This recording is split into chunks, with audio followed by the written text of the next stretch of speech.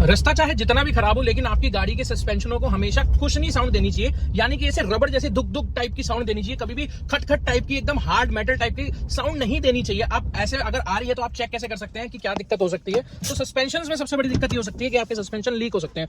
Leak check करने के लिए सबसे बेहतरीन तरीका है कि आप सस्पेंशन को देखिए, यहाँ पे कोई ऑयल लीकेज तो नहीं है। अगर ऑयल लीकेज नहीं है आपके चारों सस्पेंशन में, फिर भी स्मूथ साउंड नहीं आ रही है, इसका मतलब है कि आपकी गाड़ी के सस्पेंशन बुश जो है वो खराब हो चुके हैं। तो अगर ऐसा कुछ है और खटखट सी आवाज आ रही है सस्पेंशन में से, तो वारंटी में है तो जाके सर्विस सेंटर जाइए, वारंटी में अपने बुशेस चेक कराइए, अपने सस्पेंशन चेक कराइए। और अगर नहीं भी है तो भी आपको अपने सस्पेंशन सिस्टम पूरा चेक करा लेना चाहिए, क्योंकि गाड़ी आदमी भाई कंफर्ट के लिए लेता है। ऐसे खट खट खट की आवाज सुननी होती तो बैलगाड़ी भी ले लेता।